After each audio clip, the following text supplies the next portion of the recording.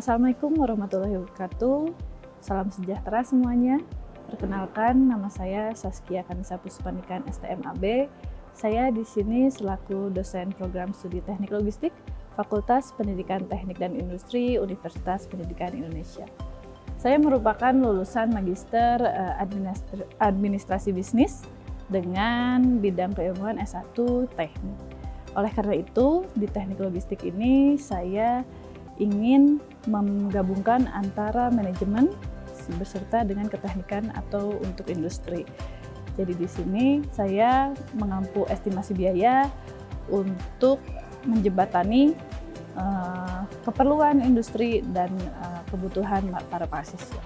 Estimasi biaya dengan kode mata kuliah LE132 adalah mata kuliah dengan 2 SKS yang bertujuan membekali mahasiswa dengan pemahaman terkait pencatatan dan pengelolaan keuangan dalam konteks logistik. Materinya meliputi neraca sederhana, penggolongan biaya, perhitungan biaya produksi, BEP, dan metode activity based costing. Estimasi biaya dengan kode mata kuliah LE132 adalah mata kuliah 2 SKS yang bertujuan membekali mahasiswa dengan pemahaman terkait pencatatan, pengelolaan keuangan dalam konteks logistik. Materinya meliputi neraca sederhana, penggolongan biaya, perhitungan biaya produksi, BEP, serta metode activity based costing. Pembelajaran saya terancam untuk memenuhi capaian pembelajaran lulusan, diantaranya adalah S9 yaitu sikap tanggung jawab, S10 itu semangat kewirausahaan, terus P3 itu penguasaan pengetahuan pendukung, KU3 itu kemampuan ilmiah, KU6 jejaring profesional, serta KK4 perancangan sistem logistik. CPMK dirumuskan agar mahasiswa dapat menunjukkan penguasaan keilmuan dan keterampilan praktis di bidang estimasi biaya. Rencana pembelajaran ini telah disetujui oleh gugus kendali kurikulum dan ketua program studi teknik logistik itu sendiri. Lalu untuk desain strategi pembelajaran, saya menggunakan pendekatan student centered learning dengan metode ekspositori, studi kasus, latihan mandiri, dan refleksi. Media pembelajaran berupa slide PowerPoint, worksheet laporan keuangan, LMS UP berupa spot, serta link Google Drive. Penilaian mencakup aktivitas mahasiswa yaitu 25%, tugas 20%, UTS 25%, dan UAS 30%.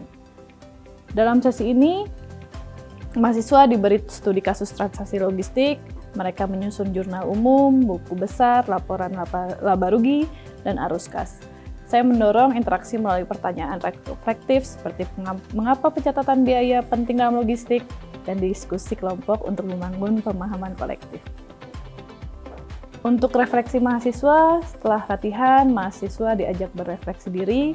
Beberapa menyampaikan bahwa mereka lebih memahami pentingnya pencatatan biaya logistik secara transparan, serta saya menilai sebagai indikator bahwa pembelajaran tidak hanya kognitif, tapi juga membangun nilai dan sikap profesional.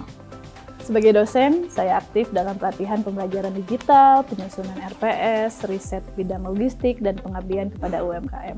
Hal ini bagian dari komitmen saya untuk terus bertumbuh sebagai pendidik. Evaluasi pembelajaran saya lakukan rutin berdasarkan umpan balik mahasiswa di tiap semesternya dan serta penyusunan kurikulum. Assalamualaikum warahmatullahi wabarakatuh. Waalaikumsalam warahmatullahi wabarakatuh. Terima kasih telah hadir di perkuliahan estimasi biaya pertemuan kedua ya. Kita langsung absen saja. Apakah ada yang izin? Ada yang memberitahu teman-temannya bahwa tidak bisa masuk ke perkuliahan ini? Oke, terima kasih Najma. Oke, kita langsung saja ke materi selanjutnya ya. Sebelum kita ke materi selanjutnya, kita review dulu untuk minggu lalu. Minggu lalu itu kita membahas tentang apa arti estimasi dan apa arti akuntansi. Ada yang bisa jawab? Masih ingat materi sebelumnya yang akuntansi? Oke Ibu. Boleh Faisal. Oke Ibu, jadi kalau saya ingat Faisal, jadi akuntansi itu adalah bidang yang mencatat, mengklasifikasi, dan menganalisis biaya-biaya produksi yang bakal digunakan untuk perencanaan dan pengambilan keputusan ke depannya, Bu. Oke, jawaban yang bagus Faisal. Lalu kita lanjut ke estimasi. Ada yang tahu artinya estimasi? Saya izin jawab, Bu. Boleh, Najma, silakan. Estimasi merupakan proses memperkirakan biaya, waktu, dan sumber daya yang diperlukan dalam menyelesaikan suatu proyek atau pekerjaan. Oke, jawaban yang bagus Najma. Oleh karena itu, pertemuan kali ini kita akan bahas tentang biaya teknik dan estimasi biaya lebih lanjut. Jadi, pengertian biaya itu ada dua, ada cost sama expenses. Kalau cost itu biasanya untuk yang langsung ke produksinya seperti bahan baku dan lain sebagainya. Kalau expenses adalah biaya tidak langsung atau manajemennya. Nah, ini ada beberapa jenis-jenis dalam ekonomi teknik. Yang pertama adalah fixed, variable, marginal, dan average cost. Di sini ada contohnya juga. Jadi kita langsung saja ke contoh soalnya ya, biar kita langsung mengerti. Jadi di sini ada contoh kasus seorang pengusaha bernama Deka sedang mempertimbangkan potensi menghasilkan uang dengan menyewa bus untuk membawa orang dari kampung halamannya ke acara di kota yang lebih besar. Deka berencana menyediakan transportasi, tiket acara, dan minuman di bus tersebut untuk pelanggannya. Dia mengumpulkan data dan mengkategorikan biaya yang diprediksi sebagai biaya tetap atau variabel. Nah, di sini Deka dalam contoh kasus ini sudah mengkategorikan ada fixed cost sama variable cost. Di sini diartikan kalau fixed cost itu konstan atau tidak berubah terlepas dari tingkat output atau aktivitasnya. Kalau variabel tergantung pada tingkat output atau aktivitasnya. Kalau marginal biaya variabel untuk satu unitnya, dan average cost ya biaya rata-ratanya ya. Jadi soalnya adalah hitunglah total biaya tetap dan variabel perusahaan Deka untuk mencharter perjalanan ini, lalu setelah itu hitung biaya total keseluruhan untuk pengeluaran bisnisnya, lalu dia ingin mengevaluasi potensi menghasilkan uang dari perjalanan bus charteran ini. Kita langsung ke solusinya ya. Kalau saya terlalu cepat, kabari ya. Ini solusinya. Jadi ini biaya tetap, Deka itu ada bus rental, ada bahan bakar, ada oli, ada supir bus. Nah, di sini sebenarnya bahan bakar itu bisa jadi variable cost kalau dia patokannya itu per liter atau per kilometer. Tapi kalau di sini kalau dalam satu perjalanan dia sudah mengestimasikan sebesar $75, berarti itu bisa jadi fixed cost. Nah, ini biaya tetap Deka akan timbul terlepas dari berapa banyak orang yang mendaftar untuk perjalanannya. Jadi total fixed cost-nya itu misal ditambahin semua, totalan 80 ditambah 75 ditambah 20 ditambah 50. Terus total variable cost-nya itu berarti jumlah ini, Nah, variabel ini ditambahin. Jadi itu adalah per orang. Orangnya itu adalah X. Jadi total cost itu diasumsikan 225 ditambah 20 dikali X. X itu diasumsikan sebagai orang. Terus dengan menggunakan hubungan ini, si Deka ini dapat menghitung total biaya untuk berapapun jumlah orang hingga kapasitas bus penuh. Terus total pendapatan revenue itu adalah harga tiket dikali orang. Misalkan jika Deka mengusulkan $35, jadi total keuntungannya adalah total revenue 35 ini dikali X dikurangin sama total cost. Ini adalah total cost. 225 ditambah 20X sama dengan 15X dikurang 225. Misal jika X atau orangnya itu sebanyak 25, maka total profitnya adalah 150. Jadi jika 25 orang membeli tiket, maka Deka akan mendapat untung sebesar $150. Analisis yang agak sederhana ini mengabaikan nilai waktu yang Deka telah habiskan. Nah, biar kita bisa tahu untuk profitable-nya, berapa orang sih minimum yang harus membeli tiket ini, kita akan masuk ke namanya break-even point. Jadi, istilah-istilah yang ada di gambar dapat didefinisikan sebagai berikut. Ini adalah total revenue-nya, yang garis putus-putus ini ya.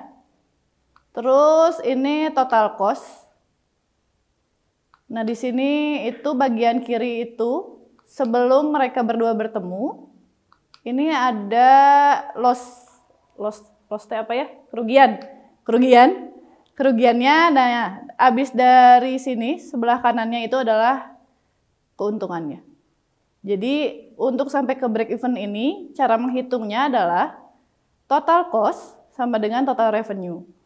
Nah, total cost tadi telah kita hitung adalah sebagai berikut. 225 ditambah 20x orang, berarti 225 yang fixed cost-nya ditambah 20x sama dengan total revenue-nya adalah 35 dikali X. Pakai rumus matematika sederhana, kita ketahui bahwa break even-nya itu adalah 15 orang. Jadi kesimpulannya, kalau misalnya yang mendaftar itu cuma 10 orang, si DK ini akan? Oke, berarti gitu ya. Untuk konsep break even kayak gitu ya, untuk estimasi. Nah ini istilahnya, mungkin tadi sudah saya terangkan, tidak perlu nanti dibaca sendiri saja ya. Ini baru kategori biaya, ada sunk cost, ada opportunity cost, ada recurring and non-recurring cost, bisa dibaca sendiri. Nanti kalau ada pertanyaan boleh silahkan. Apakah ada pertanyaan? Izin bertanya Ibu, kalau contoh dari fixed cost dari segi logistik apa ya Bu? Oke, terima kasih Renggo pertanyaannya. Jadi kalau fixed cost yang berkaitan dengan logistik itu misalnya OMH ya. OMH dalam transportasi atau material handling misalnya adalah biaya aset seperti pembelian forklift atau pembelian truk atau bisa juga maintenance rutin untuk penggantian oli serta untuk gaji pegawai. Begitu. Oke, kita lanjutkan materinya ya, sedikit ya. Nah, di sini ada beberapa biaya, yaitu sunk cost. Sunk cost adalah uang yang sudah dihabiskan sebagai akibat dari keputusan sebelumnya. Biaya hangus harus diabaikan dalam analisis ekonomi teknik. Dan di sini keputusan saat ini tidak dapat mengubah masa lalu. Jadi sunk cost itu kayak apa ya? Mungkin lebih dikenal depresiasi ya. Depresiasi kalau di akuntansinya. Terus opportunity terkait dengan menggunakan sumber daya dalam satu aktivitas, bukan aktivitas lainnya. Setiap kali kita menggunakan sumber daya bisnis seperti peralatan, uang, tenaga kerja, dan lain sebagainya, satu aktivitas dan kita melepaskan kesempatan untuk menggunakan sumber daya yang sama pada waktu itu dalam aktivitas yang lainnya. Lalu recurring and non-recurring cost, biaya berulang, mengacu pada setiap biaya yang diketahui, diantisipasi, dan terjadi secara berkala. Biaya tidak berulang adalah biaya satu-satunya yang terjadi pada interval yang tidak teratur dan karenanya terkadang sulit untuk direncanakan atau diantisipasi dari sudut pandang penganggaran. Nah ini incremental cost. Jadi ini itu adalah salah satu prinsip fundamental dalam analisis ekonomi rekayasa. Dalam membuat pilihan di antara sekumpulan alternatif yang bersaing dan fokus harus ditempatkan pada perbedaan antara alternatif tersebut. Nanti akan ada latihan soal, kita skip dulu. Kita masuk ke estimasi biaya. Jadi ada beberapa tipe estimasi, ada rough estimasi, ada semi detail, ada detail estimate. Nah, kesulitan dalam estimasi itu dia one of a kind estimate sama time and effort available sama dia butuh estimator expertise. Ini maksudnya one of a kind estimate itu jadi salah satu ini pasti ada kelebihan dan keuntungannya. Gimana proyeknya sih sebenarnya. Jadi kalau yang rough estimate itu biasanya untuk proyek yang sederhana. Kalau semi detail itu adalah proyek yang lumayan besar. Kalau detail itu berarti mencakup banyak pihak kayak ke pemerintah dan lain sebagainya. Biasanya harus ada detail estimate. Kalau time and effort available juga sama, dari tiga-tiga ini pasti ada time dan effort yang lebih. Sama kita butuh estimator expertise karena kita bukan cenayang. Oke, jadi kita akan bahas terkait dengan rough estimasi itu. Kalau dalam bahasa Indonesia berarti kisaran kasar ya. Jadi memang itu yang harus sederhana. Kayak misalnya RAB. RAB itu adalah rencana anggaran biaya untuk satu proyek itu sendiri.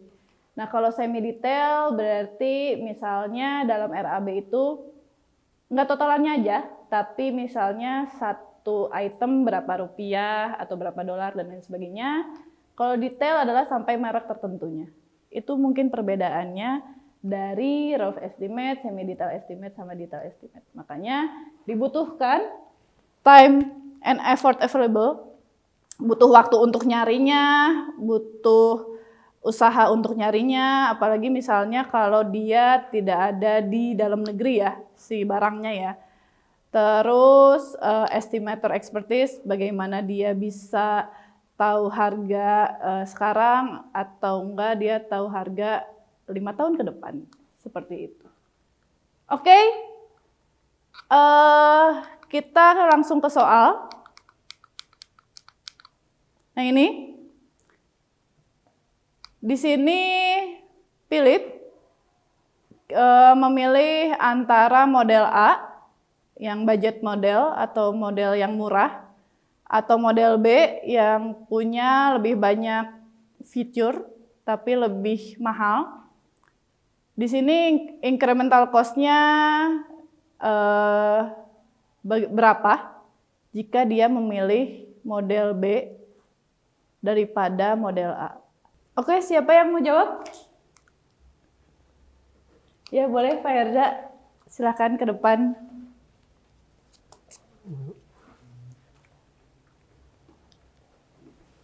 Silakan. Di Excel ya? Iya Bu, sudah selesai Bu. Jadi karena incremental cost ini membandingkan model B dan model A, dan di skenario itu yang dipilih model B, jadi model B dikurangi model A, dan hasilnya tuh yang loss hanya annual maintenance sama disposalnya saja. Sedangkan kalau misalkan model A-nya dibalik, jadi model A dikurangi model B, yang loss-nya itu jadi ada 3 variabel Ibu, jadi model B yang terpilih. Oke, terima kasih, bagus sekali. Tepuk tangannya. Ke tempatnya. Terima kasih. Terima kasih Bu. Saya anggap semuanya berarti mengerti ya. Kalau tidak tolong tanyakan ke Pak Herza. Oke, mungkin sekarang kita cukupkan untuk pertemuan kali ini. Apakah ada pertanyaan sebelum penutupan? Tidak. Oke, kita akhiri dengan alhamdulillah. Alhamdulillahirabbil alamin. Terima kasih, mudah-mudahan sehat selalu. Assalamualaikum warahmatullahi wabarakatuh. Waalaikumsalam warahmatullahi wabarakatuh. Jadi, selaku dosen yang melakukan tridharma perguruan tinggi di Universitas Pendidikan Indonesia, selain mengajarkan, mengabdi, dan penelitian, saya juga membangun karakteristik mahasiswa karena itu lebih penting digunakan dalam pergaulan sehari-hari dan tempat kerja. Oleh karena itu, terima kasih telah menyimak video ini tentang perkuliahan estimasi biaya dan pengenalan diri saya sebagai dosen teknik logistik. Wassalamualaikum warahmatullahi wabarakatuh.